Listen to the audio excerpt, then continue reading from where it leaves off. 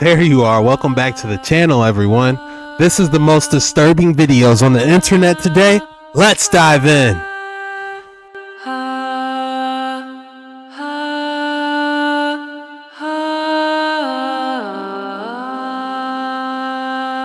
Beware, this video may be unsettling to watch after dark.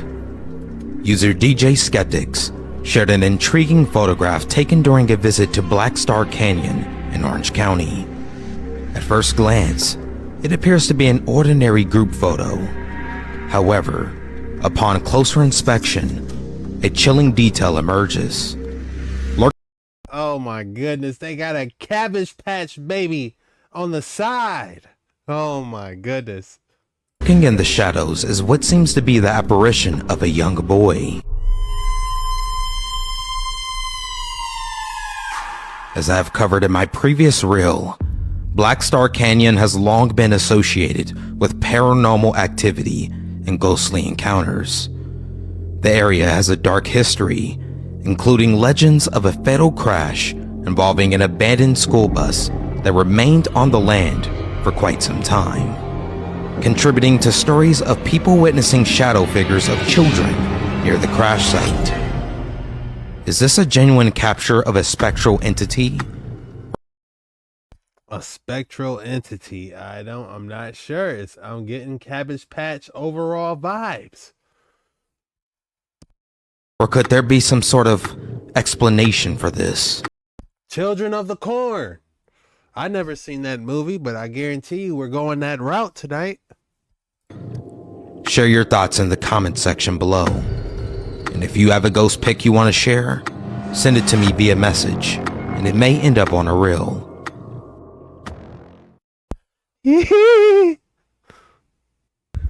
All right, I'm here at Sacsayhuaman, and here is probably the finest example I've seen of some of this curved stone that we find here at the site. And it just curves. This is all one rock. You can see it's been cracked there, but it is indeed one rock. Wow, how'd they do it? Not too far away from that are these nubs. 1, 2, 3, 4, 5. This might have been a control panel. That might be a little far-fetched, but I mean, what else would it be? Was he able to hit buttons and then the door slides open? I don't know. 5, 6. Nub gang, let me know what you think. Sacsayhuaman has been incredible. Mike and I are here. We had a lot of lightning, hail, and rain. It started to die off, and we basically got this place to ourselves. Incredible megaliths in Peru. How do you explain someone curving that?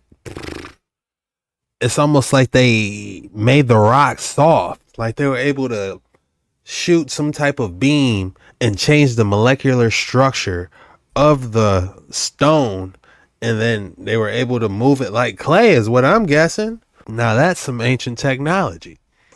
So this is shocking that our phones are doing that we had no idea it was doing, and it's doing as we speak, literally as I'm recording this video. It is doing it. Yours is doing it too. It is shocking. Optogenetics. Do you know what this is? It's a biological technique to control the activity of neurons or other cell types with light. Now watch this. So this guy has a special camera that can film. It's a night vision camera. And this woman's on her phone. This is the name of the camera, by the way. And our phones, this isn't like a hidden secret. They give off infrared, at least the new ones, flash infrared light consistently, constantly at your face. And it's like mapping your face, or it's the official reason is that it's so that your phone will adjust the brightness. If you're not looking at it, it'll just turn the brightness down, save battery or whatever. But he goes into a public street in a moment and he starts filming. Now, optogenetics is the manipulation, modification, and control of your cells and neurons with light.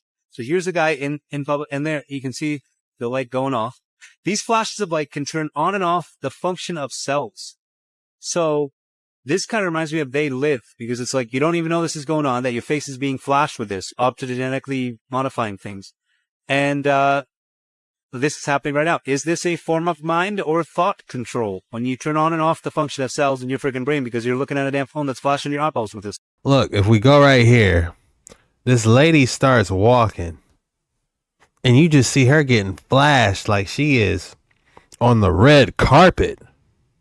There it is. You know, some phones have facial recognition, like where you can just put your face in front of the phone and it will scan your phone and automatically unlock.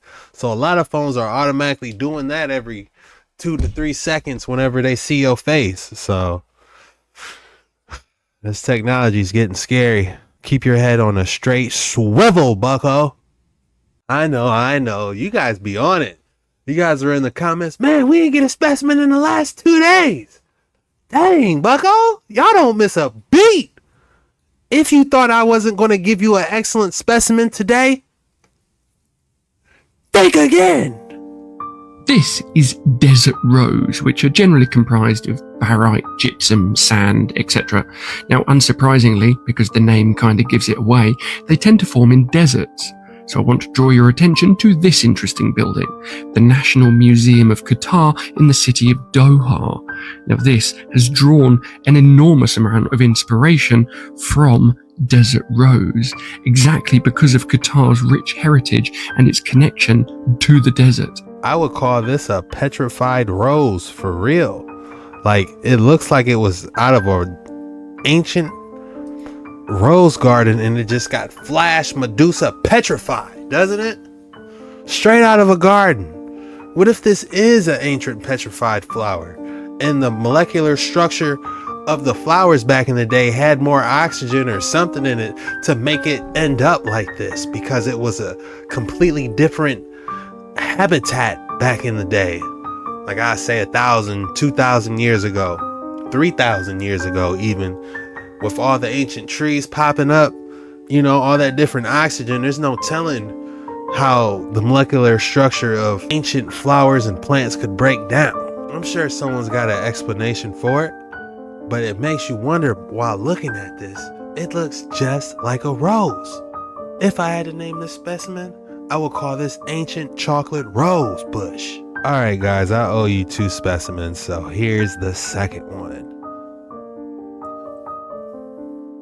It takes a minute for your neurons to process this completely, because you look at the top, you see this almost rainbow-like prism at the top, going down into like this vanilla lemon ice cream scoop with a little bit of, I don't know, grape, blackberry right there, and then just the lime crystals protruding from this, and even below that we got another, I believe, some type of topaz protruding under it. A lot's going on here on this specimen. Very exquisite. If I had to name this piece, I would call this sophisticated French tourmaline. Lots going on here, guys. What would you name it? So in this video, I thought we'd go over some of the misconceptions I've came across in many of my comments about airships over the years, as well as highlighting some of the beautiful interiors of these, which really made them massive luxury airliners in the sky, kind of like a cruise ship. A lot of you think airships are nothing more than blimps.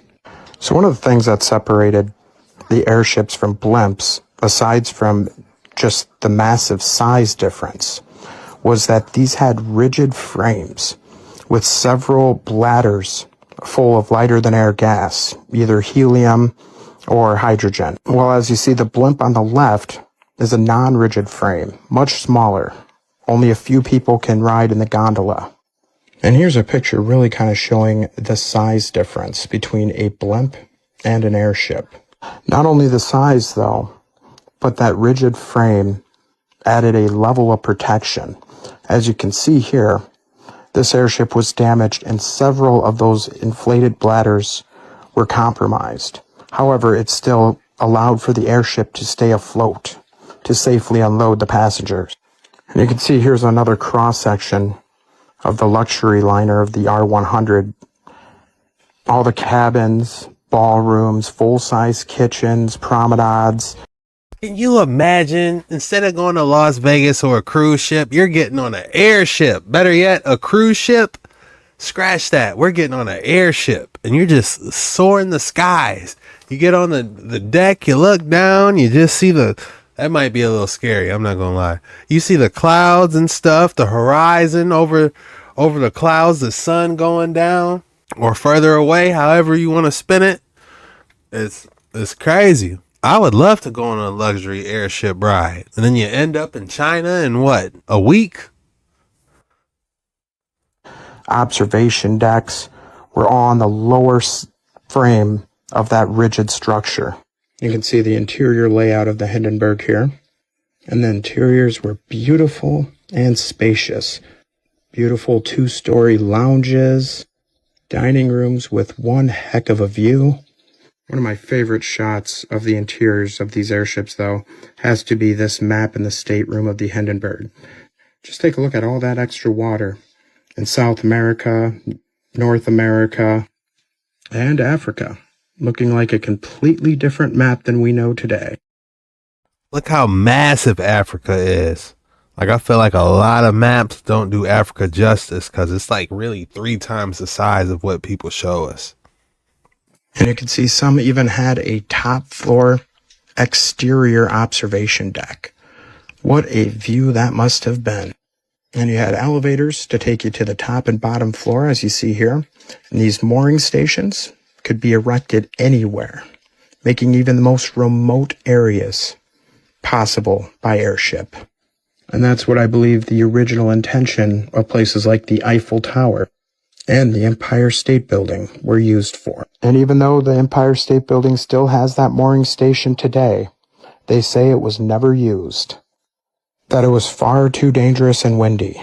But apparently they didn't get the memo, and many skyscrapers had mooring stations built on top at the time, though they have been quietly removed over the years, if the original structure is still even standing.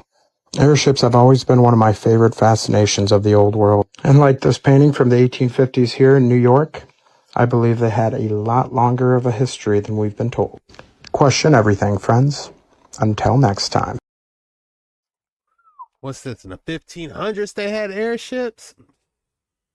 They need to make a comeback. During the fire, they were using TNT and cannons to put out the fire. And they said that it was because they disrupted the water lines. That's what they said. Right. So they needed to use TNT. And you sit there and think, who on earth would use? You know, it doesn't make any sense unless you wanted to get rid of a lot of the things. And when you look at a lot of the pictures of the aftermath of San Francisco and that whole situation that occurred, you see that buildings have all holes blown in them. Almost kind of like all the events we always see across the realm after an event happens. Certain things are burnt and gone, certain things are not. And all of those buildings, when you look at them, or the architecture, they all look exactly identical. So then you sit there and think, okay, so somebody was building the same up in Canada. They were building the same in San Francisco. This is like where it gets crazy. You see the same domes that are in San Francisco or the same domes that you see in Chicago. So then you sit there and think, okay, so somebody traveled all the way across, moved all the granite, assembled all of this. And San Francisco was a big one because San Francisco looked like something out of, a movie for how beautiful it actually was. All right, guys, this is making a little bit of sense to me. I prefer to be out in the country more than the city. Like, I can get around in the city and the country, but I would prefer the country. But take a look at this. Even a country person, someone that likes to be in the country, if they had buildings like this, that would bring everyone into the city. Everyone would want to see this structure. You know, you go to the city now, you got what? Boxes, it's crowded, traffic. You know, it's not a place you want to be. But if they had structures like these all around, the city would be the place to be, wouldn't it? I'm talking to the people, I'm talking to the introverts. I'm talking to the people that love to be outdoors, away from people. You got to admit, if they had structures like this in the city, I'm not saying you would want to live there, but you would want to go there more into the city than you would now if they had more of these or all the old world structures still there. That would be the place to be. You just would feel good just from the vibration and the organs inside them boys. What if I told you the whole concept of white versus black was created solely for the purpose of separation? And that the real individuals behind the president, behind Congress, the hidden hand, is also melanated 9 ether people also? What if I told you that? The individuals you see in the illustration behind me are referred to as the black nobility. These are the original 13 families, okay? These are melanated, carbonated individuals. Everything we've ever been told, okay, in reference to who we believe the enemy is, so to speak, has been solely for the purpose of distraction, okay? Now, again, there are male-relevant Caucasian individuals that did wholeheartedly embrace that role, okay, that they were set to play. But this actually derived from our own melanated people selling us out. Look at some of the old relics from Europe, you'll see that these individuals were black people, okay, that they commemorated, that they highly revered. You can find a lot of the real ancient relics in the Vatican. They had statues and all kind of things to commemorate the black nobility. 13 families all have the blood of the black draconian. The individual you see to my left and the illustration behind me is referred to as Tarnush or Halal, okay? This was a black draconian. This is who Ra Hayes making reference to when he say they look like us, but they not us. These are reptilians, okay? And oftentimes they have the pointed ears and a widow's peak as a genetic trait. Free the elder god, Dr. Malachi Z. York, he spoke on these entities in the holy tablets, okay? This is a depiction, okay, of how these individuals look. They're reptilian, they are shapeshifters, and they are black, they are normal melanated. This is a depiction of how some of them may look. They look like us, but they not us. Here's another example, okay? Black reptilian, black draconian. They figured if they could create an enemy for us, then we wouldn't think about them. Okay, that's why one of their names, code names, basically is the hidden hand. They're the biggest secret that most people don't talk about.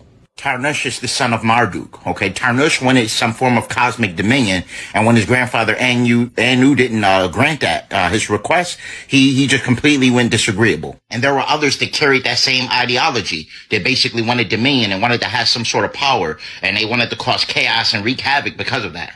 As I told you in the past, these archonic entities thrive on your low frequency emotions like grief, guilt, anxiety, and things of that nature, fear. Okay, so they can't really operate in the 528 hertz frequency, which is love. So it's important that you embrace this green ethereal cosmic energy that's re-emerging, okay? That's the essence of the heart chakra energy that's going to come back. And once we fully embody that and we eliminate all racism, all hatred, and we just fully walk in the heart chakra, okay, and follow the laws of Ma'at, which your heart being light as a feather, which you're forgetting about anything that you've been taught through the indoctrination process in regards to the assimilation, then you will fully ascend and tap into your crown chakra and fully reap the benefits of a Kundalini awakening. You can't do it with hatred. Okay, so contrary to what you want to believe, you want to have an enemy and things of that nature. It's understandable, but your biggest enemy is yourself, and your biggest enemy is the indoctrination and a false technology that you've been told. Okay, this also came from Yaqub. Okay, remember he was the author of technology,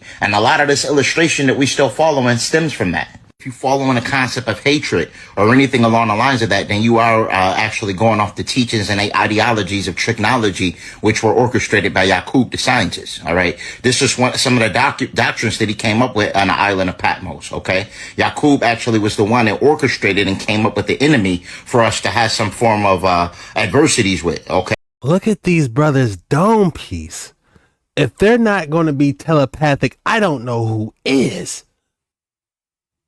Okay, that we can actually see to camouflage the 13 families, the black nobility that actually been puppet mastering this whole thing, controlling this whole matrix, operating this whole simulation behind the veil. Remember, the meek shall inherit the earth, and those who really hone into their true primordial self will reap the benefits of ascension to the fifth dimension, okay? You have to just go inward. You have to tap in with self, and you have to realize that everything you have been taught this whole time has been an illusion to create hatred in you and to create some form of diversity and separation amongst the people on this planet. This is important. It says your true work in life is to keep lifting your frequency, because everything in your life comes as a result of the vibration you are on.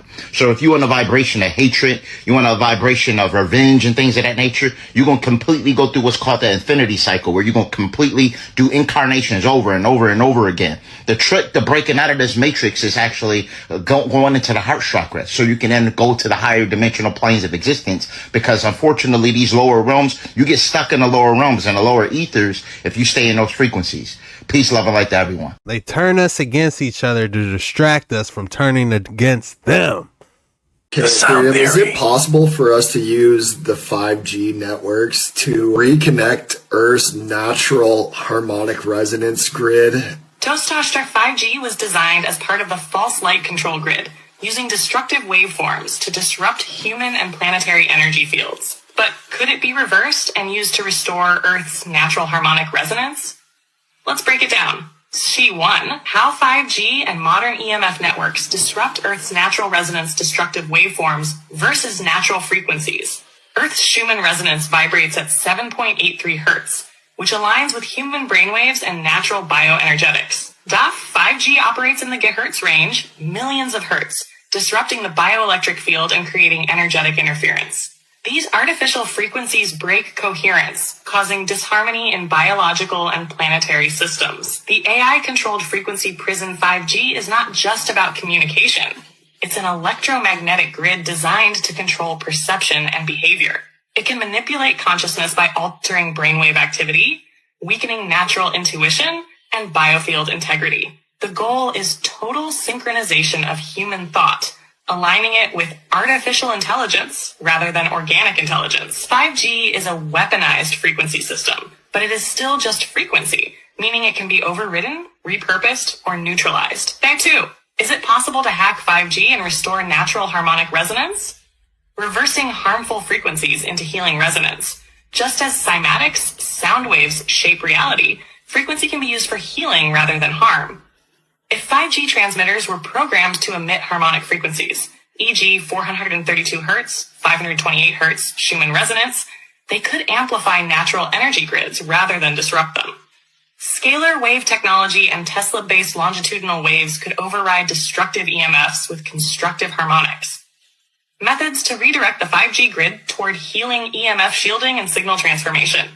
Devices already exist that neutralize harmful EMFs and transform them into beneficial bioelectric signals.